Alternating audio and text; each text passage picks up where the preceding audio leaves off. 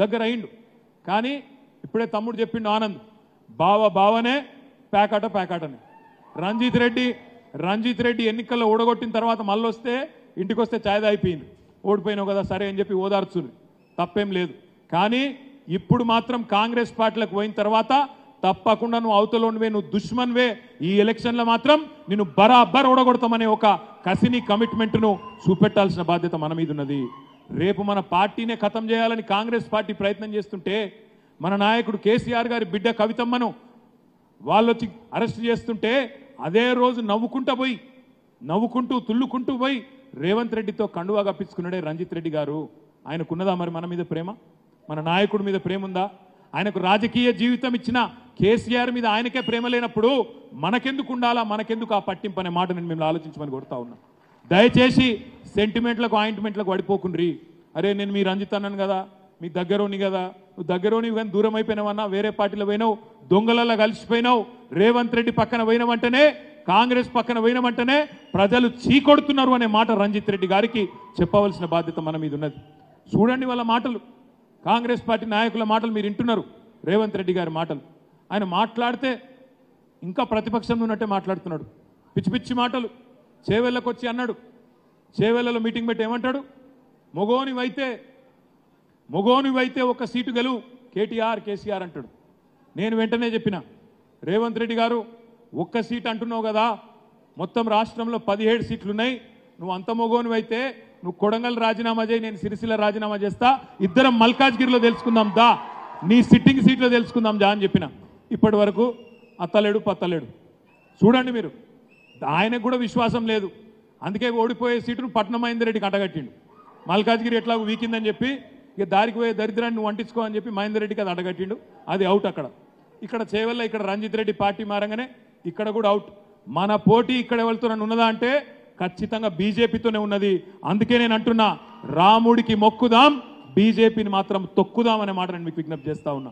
మనకేమి ఇయ్యలే బీజేపీ, కాంగ్రెస్ వాళ్ళు అంతకంటే దుర్మార్గులు. చూస్తున్నారు మీరు ఎట్లెట్లా మాట్లాడుతున్నారో. నా కొడకల్లారా జేబుల కత్తెర పెట్టుకొని తిరుగుతున్నా, కట్ చేస్తా అంటాడు. ఎవడన్నా ముఖ్యమంత్రి మాట్లాడతాడే మాటలు గిసండి మాటలు? కట్ చేసి పేగులు కట్ చేసి మెడలు వేసుకుంటా అంటాడు. నువ్వు ముఖ్యమంత్రివా బోటి కొట్టేటోనివా? నాకు అర్థం కాదు, మెడల పేగులు వేసుకొని తిరుగుతాను. ఆయన జేబుల కత్తెర పెట్టుకొని ఎవరు తిరుగుతారన్నా? జేబుల కత్తెర పెట్టుకొని ఎవరు తిరుగుతారు? జేబు దొంగలు తిరుగుతారు. అయ్యా రేవంత్ రెడ్డి గారు, జేబుల కత్తెర జర అటు ఇటు అయితే డేంజర్, జాగ్రత్తగా ఉండమని చెప్పి కూడా నేను విజ్ఞప్తి చేస్తున్నా. ఏం మాట్లాడుతున్నాడు అన్న ఆయన? సెక్రటేరియట్ కోతాడు, లంకె బిందెలు ఉన్నాయి అనుకున్నా, ఈడ ఖాళీ కుండలు ఉన్నాయి అంటాడు. లంకె బిందెల కోసం గడ్డపారలు పట్టుకొని, తటపారలు పట్టుకొని, నెత్తి మీద తువాల కప్పుకొని అర్ధరాత్రి ఎవరు తిరుగుతారన్నా? పచ్చి దొంగలు తిరుగుతారు.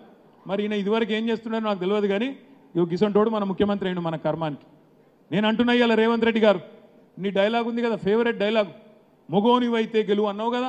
నేను అడుగుతున్నా రేవంత్ రెడ్డి గారు, మొగోనివైతే రైతులకు ఇచ్చిన మాట 2 లక్షల రుణమాఫీ చేసి చూపెట్టు అనే మాట నేను డిమాండ్ చేస్తున్నా.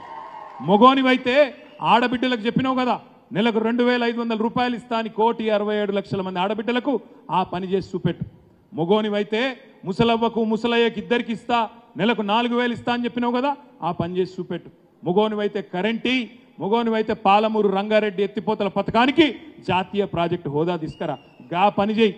ఎంతసేపు సొల్లు పురాణం, అదే కేసీఆర్ని తిట్టుడు, 4 నెలలు అయితే కూడా ఇంకా అదే తిట్ల పురాణం తప్ప కొత్త మాట మాత్రం ఏం లేదు.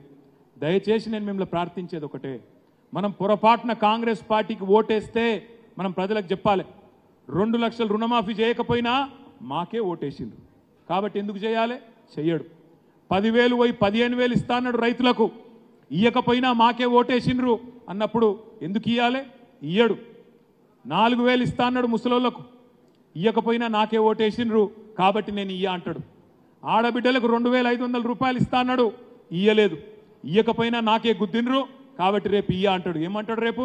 కేసీఆర్ మొత్తం నాశనం చేసి పోయిండు, నాకు ఇచ్చే పరిస్థితి లేదుగా, ఇక వచ్చే ఎలక్షన్లో చూసుకుంటా, అప్పటిదాకా నేను ఇయ్య అని చెప్పేస్తాడు. ఇది పక్కా రాసి పెట్టుకొని. ఇంకొక మాట కూడా ఇక్కడికి వచ్చిన మా సోదరులను కూడా నేను ఆలోచించమని కోరుతా ఉన్నా. మా తమ్ముడు ఉత్తగానే చెప్పలే కార్తిక్ రెడ్డి, కాంగ్రెస్ బీజేపీ కలిసి పనిచేస్తున్నాయనే మాట. ఈ మాట చెప్తే కొద్ది గమ్మత్ అనిపిస్తుంది, నిజమా అనిపిస్తుంది, కానీ ఏం జరుగుతుందో చూడండి. రాహుల్ గాంధీ ఉన్నాడు పైన ఢిల్లీలో. రాహుల్ గాంధీ ఏమో ఆయన పాపం నడుస్తున్నాడు ఏదో జోడో జోడో యాత్ర అని. ఆ జోడో యాత్రలో రాహుల్ గాంధీ అంటున్నాడు చౌకీదార్ చోర్ హై అంటాడు. చౌకీదార్ అంటే వాళ్ళు చౌకీదార్ చోర్ హై అంటాడు రాహుల్ గాంధీ. మన రేవంత్ రెడ్డి గారు ఏమంటుండు హమారే బడే బాయ్ హై నరేంద్ర మోడీ. ఆయననేమో చోర్ అంటాడు, ఈయన బడే బాయ్ అంటాడు. అంటే వీళ్ళు దొంగలు కాబట్టి బడే బాయ్ చోటే బాయ్ ఏమో నాకు తెలియదు కానీ బడే బాయ్ అంటాడు. ఆయననేమో రాహుల్ గాంధీ అదానీ ఫ్రాడ్ హై అంటాడు. అదానీ అంటాడు దొంగ ఫ్రాడ్ అంటాడు. రేవంత్ రెడ్డి గారు ఏమంటున్నారు ఫ్రాడ్ నహీ హై అదానీ హమారే ఫ్రెండ్ హై అదానీ హమారే దోస్త్ హై. ఆయన అంటాడు Rahul Gandhi Gujarat model fake model హై గోల్మాల్ మోడల్ హై అంటాడు. ఈయనేమంటుండు గుజరాత్ మోడల్ గోల్డెన్ మోడల్ హై హమ్ తెలంగాణ కో భీ గుజరాత్ మోడల్ బనాయింగే అని ఈయన అంటాడు. రాహుల్ గాంధీ ఏమో ఢిల్లీలో నిన్నగాక మొన్న పబ్లిక్ మీటింగ్ పెట్టి లిక్కర్ స్కామ్ లేదు మన్ను లేదు కేజ్రీవాల్ని అరెస్ట్ చేసుడు అన్యాయం అని రాహుల్ గాంధీ అంటాడు. ఈయనేమంటాడు లిక్కర్ స్కామ్ జరిగింది కవితమ్మని అరెస్ట్ చేసుడు కరెక్టు అని ఈయన అంటాడు. నాకు తెలియక అడుగుతున్నా ఈ రేవంత్ రెడ్డి అంటే ఆయన రాహుల్ గాంధీ కోసం పనిచేస్తుండా మోడీ కోసం పనిచేస్తుండా నాకైతే అనుమానమే ఉన్నది. ఇవన్నీ చూస్తుంటే నాకు ఒక డౌట్ కూడా కొడుతున్నది. ఇవన్నీ చూస్తుంటే నాకైతే డౌట్ ఉన్నది. పార్లమెంట్ ఎన్నికల తర్వాత మొట్టమొదలు కాంగ్రెస్ పార్టీలకు వెళ్ళి జంపు కొట్టి బీజేపీలో కురికే మొట్టమొదటి మనిషి ఇదే రేవంత్ రెడ్డి గారు అవుతారు. మీరు రాసి పెట్టుకోండి అనే మాట నేను విజ్ఞప్తి చేస్తున్నా. ఈ మాట నేను చెప్తే మీకు కొద్దిగా ఎక్కువ అనిపిస్తుంది. ఇప్పుడు గుర్తుపెట్టుకోండి, ఇది గుర్తుపెట్టుకోండి. నేను ఇప్పటికి 15 సార్లు చెప్పిన ఈ మాట. రేవంత్ రెడ్డి గారు అన్ని విషయాల మీద స్పందిస్తాడు. కానీ ఇప్పటికి నేను 15 సార్లు అన్న రేవంత్ నువ్వు ఓతావు బీజేపీలో కానీ ఒక్కసారి కూడా మాట్లాడతలేడు. దాని మీద మాత్రం తేలుగుట్టిన దొంగలు ఉన్నాడు. ఎందుకంటే ఆయనకు కూడా ఎరికే తప్పదు. పార్లమెంట్ ఎన్నికల తర్వాత ఈ దేశంలో కాంగ్రెస్ పార్టీ బతికి బట్టగట్టుడే కష్టం.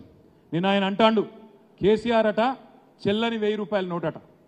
నేను అడుగుతా ఉన్న రేవంత్ రెడ్డి గారు ఈర దేశం మొత్తం పరిస్థితి చూస్తే ఏంది నీ కాంగ్రెస్ పార్టీ పరిస్థితి? నేను అంటలేను, మీ పార్ట్నరు మీ ఇండియా అలయన్స్లో మెంబరు మమతా బెనర్జీ గారు చెప్తున్నారు కదా దేశంలో కాంగ్రెస్ పార్టీ 40 సీట్లు కూడా దాటి గెలవదు అని మీ దోస్తులే చెప్తున్నారు కదా. అట్లాంటప్పుడు ఎవరు చెల్లని కాగితం ఎవరు చెల్లని నోటు? నువ్వు నీ అధ్యక్షుడు రాహుల్ గాంధీ మల్లికార్జున్ ఖార్గే గారు నీ పార్టీ కాంగ్రెస్ పార్టీ కాదా? ఇలా మేము ఒక్క ఎలక్షన్లా చిన్నపాటి తేడాతో ఓడిపోయినాం.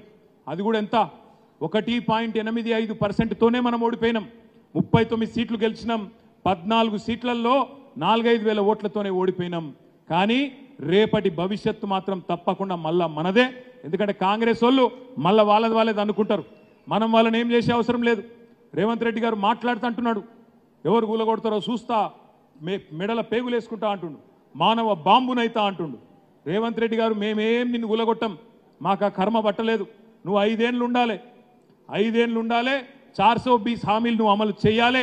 చేయకపోతే మాత్రం నిన్ను వేటాడుతాం. కానీ నువ్వు మానవ బాంబునైతా అన్నావు కదా, నీ పక్కనే ఉన్నాయి బాంబులు. నీ గవర్నమెంట్ను వడగొట్టే నల్లగొండ బాంబు ఖమ్మం బాంబు 2 దిక్కులో ఉన్నాయి గవర్నమెంట్లనే. వాళ్ళని జాగ్రత్తగా చూసుకో, నీకు మా నుంచి డేంజర్ లేదు, వాళ్ళ నుంచే ఉన్నది. అందుకే మిత్రులారా నేను మిమ్మల్ని కోరేది ఒకటే, ఇది మనకు స్పీడ్ బ్రేకర్ మాత్రమే. మన పార్టీకి మొన్న జరిగిన ఓటమి చిన్న స్పీడ్ బ్రేకర్ మాత్రమే. మన పార్టీకి ఉన్న నాయకత్వం, మన పార్టీకి ఉన్న కమిట్మెంట్ ఉన్న క్యాడరు ఇలా రాష్ట్రంలో ఏ పార్టీకి కూడా లేదు. ఇప్పుడే తమ్ముడు చెప్పినట్టు మొత్తం కొట్టుకపోయే చెత్త అంతా కొట్టుకపోతున్నది. నికార్సుగా మిగిలినోడే మనవాడు ప్రతి గ్రామంలో ఉన్నాడు. అందుకే నేను మొన్న చెప్పిన మళ్ళా ఇదే రంజిత్ రెడ్డి, మళ్ళా ఇదే మహేందర్ రెడ్డి తిరిగి మళ్ళీ మనం అధికారంలోకి రాగానే దండం పెట్టుకుంటూ వచ్చి అక్కడ నిలబడ్డా మీరు వద్దురా నాయన అని చెప్పి మళ్ళీ వాళ్ళని అక్కడికి వెళ్ళి అక్కడ నిలగొడతాం. మీతోనే ఉంటాం, నికార్సైన నాయకులతో నికార్సైన కార్యకర్తలతోనే ఉంటామనే మాట కూడా విజ్ఞప్తి చేస్తూ, నిలబడ్డది జ్ఞానేశ్వర్ గారు కాదు, చేవెళ్లలో నిలబడ్డది కేసీఆర్ గారు. మీరే అనుకోండి, ఆ కసితోని ఆ కమిట్మెంట్తో పనిచేద్దాం. నిలబడ్డది మనమే అనుకుందాం, మనమే అనుకొని గట్టిగా పనిచేద్దాం.